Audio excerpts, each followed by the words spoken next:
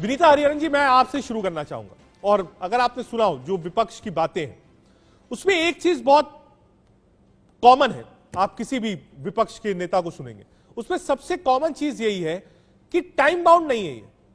कब सेंसेस होंगे, कब परिसीमन पर बातचीत होगी, यानी 24 तक ये नहीं होने वाला है। कांग्रेस ने भी, आज सोनिया गांधी जब हाउस में थी उन्होंने भी ये बात कही, कहा हम मूलतः इसका स्वागत करते हैं, लेकिन ये जो नेचर बदला है पिछले वाले बिल से, इसको हम नहीं समझ पा रहे हैं। और टाइमिंग को लेकर कि सामने चुनाव था, इसलिए आपने घोषणा कर दी स्पेशल सेशन बुलाकर। हरिहरन, देखिए, ये विपक्ष की जो स्टैंडिंग है वो हमेशा opposition for the sake of opposition करते हैं। तो अभी 27 साल से ये बिल वो ला नहीं पाए अभी तक। बहुत सारे सरकारों ने कोशिश की, यूनाइटेड फ्रंट गवर्नमेंट ने 3 बार ये पेश किया गया, फिर वाजपेयी गवर्नमेंट में रखे तो तब सोनिया गांधी ने ही अपने लीडर से सहमति नहीं ले पाई इस बिल के लिए। और फिर अभी बोल रहे हैं कि वो राजीव गांधी का सपना था, और राजीव गांधी का सपना था तो क्यों नहीं वो बिल पेश किया अभी तक। तो वो हमें देखना चाहिए कि विपक्ष का क्या स्टैंडिंग है, ये लोकल स्टैंडिंग क्या है ऐसे अपोज करने के लिए। तो 27 साल से जो बिल ही नहीं पेश किया, अभी मोदी सरकार ने बिल कैबिनेट अप्रूव कर चुकी है ये बिल, और अभी ये जो प्रोसेसेस है, ये प्रोसेस को हम ओवरलुक नहीं कर सकते ना, उस प्रोसेस को ओवरस्टेप नहीं कर सकते हम। प्रोसेस कॉन्स्टिट्यूशनल प्रोसेसेस है, उसकी सेंसस की गणना होनी चाहिए, कितने विमेन है, कितने SC ST के लोग हैं, कितने OBC के लोग हैं, और जो जिन कॉन्स्टिट्यूंसीज को हमें रिजर्वेशन में देना चाहिए, वो भी एक बहुत बड़ी लंबी एक्सरसाइज है। 27 साल से जो नहीं हुई है, अभी हम 10 साल के अंदर हम ला चुके हैं। जैसे कि बाकी सारी जो योजनाएं हैं, जो स्वच्छ भारत मिशन और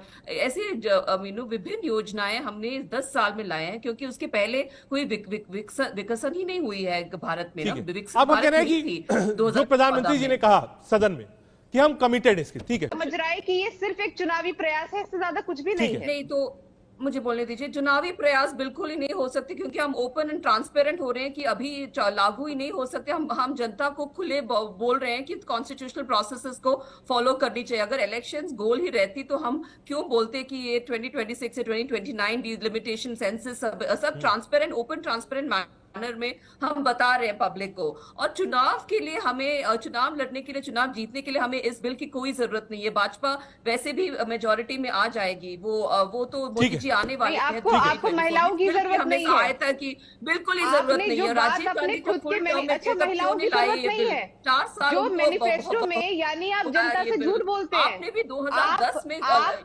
आप ये बोलकर अपना मैनिफेस्टो बनाते हैं कि हम महिलाओं को अधिकार देंगे, महिलाओं को नजरअंदाज कर देते हैं। ठीक है, एक बार नेहा यादव जी के पास जाना है। नेहा यादव जी, विनीता हरिहरन जी के पास जाना है। विनीता हरिहरन जी, 3-4 सवाल उठाए देखिए विपक्ष ने, मैं कंबाइन करके आपसे सवाल पूछता हूं। पहला ये टाइमिंग को लेकर, कहा साहब जब इतनी ही मंशा थी तो आप 2014 से अब तक इंतजार क्यों कर रहे थे इस टाइम का? आप 14 में बिल ले आते, कहा सेंसेस हो जाता, ये लागू हो जाता, और जो अगला चुनाव होता उसमें महिलाओं को अपना हक मिल जाता। जी, तो जैसे मैंने कहा था पहले, 2014 में कांग्रेस ने जिस जैसे हालत में देश को छोड़े थे, हमारे मोदी जी के गवर्नेंस में इतने सारे मुद्दे थे। सैनिटेशन नहीं थी हमारी कंट्री में, टॉयलेट्स भी नहीं थी, इज्जत घर भी नहीं थे औरतों के लिए। तो पहले प्रायोरिटाइज करनी चाहिए हमें अपने डेवलपमेंट को। You don't have basic facilities, तो पहले तो प्रायोरिटाइज बेसिक फैसिलिटीज को करेंगे ना। तो पहले स्वच्छ भारत मिशन ले आए, 100% सक्सेसफुल जुमला बोल रहे हैं आम आदमी पार्टी, जैसे वो इनकी बातों से नहीं होती है ये validation. Multilateral agencies, United Nations जैसे एजेंसीज ने ग्लोबली अक्लेम किया है इंडिया के विकास, भारत के विकास, जो मोदी जी के 9 साल में हमने जितना विकास। मीनाक्षी जी, 1 मिनट उनको कंप्लीट करने दीजिए। नहीं, बिल्कुल गलत, मुझे म्यूट करना पड़ेगा। आप 3 सवाल 4 सवाल विपक्ष ने पूछा है, वो आंसर कर रही है, एक बार उनको आंसर।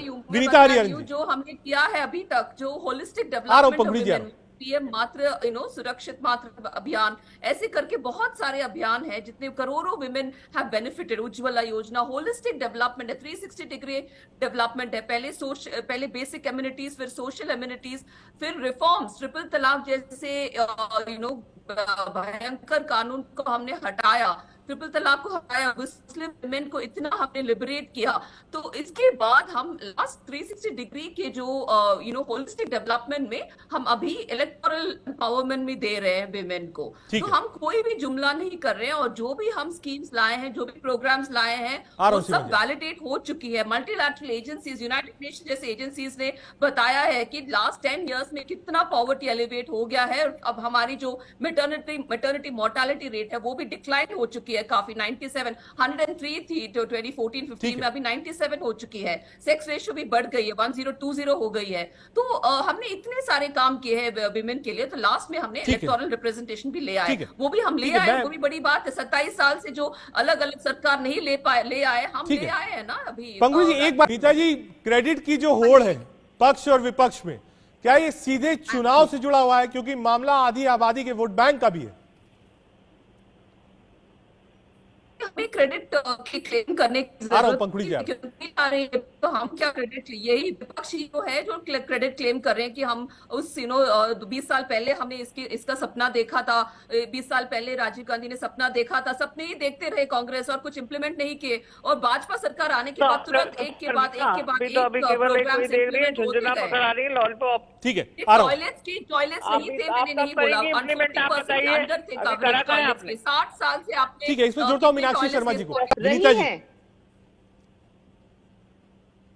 कांग्रेस ने हमेशा सपने देखे और जो भी उन्होंने किया, ठीक है, 73rd 74th अमेंडमेंट लाए, ठीक है, वेरी गुड, वो लाए, इट्स वेरी गुड, ठीक है, बस वही है उनका क्रेडिट का क्लेम टू फेम, वही है क्रेडिट। 73rd 74th, ठीक है, रहने दीजिए, उनको लेने दीजिए क्रेडिट। लेकिन ये हम क्रेडिट के गेम नहीं है, ये हम नेशन बिल्डिंग के काम कर रहे हैं। हम ऐसे पेटी लेवल पे नहीं उतरना चाहते कि किसकी क्रेडिट है, बीजेपी की है या कांग्रेस की है या समाजवादी पार्टी की है या आम आदमी पार्टी की है। ये नेशन की क्रेडिट है, it's a credit for the women of the country. Please rise above politics today and don't, जो भी हम नेशन बिल्डिंग के लिए हम क्रेडिट मैडम लागू कब होगा?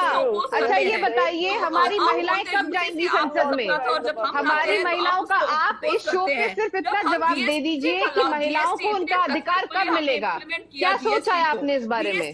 हमने इतने 100% सक्सेसफुल, ये कागजी बिल की बात मत करिए, महिलाओं को अधिकार कब मिलेगा? जनता ये जानना चाहती है, आधी आबादी ये जानना चाहती है कि ये जो आप जो आज ये जुमला दे रहे हैं, ये सरकार कब होगा?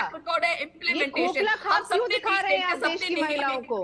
हम सपने नहीं बेचते हैं, हम सपने नहीं देखते हैं, हम बहुत सारी महिलाएं आपका शो देख रही हैं। आप एक बार हमें बस ये बता दीजिए कि महिलाओं को उनका अधिकार कब मिलेगा और 33% महिलाएं देश की संसद में कब पहुंचेंगी? कांग्रेस ने जो भी विश लिस्ट थे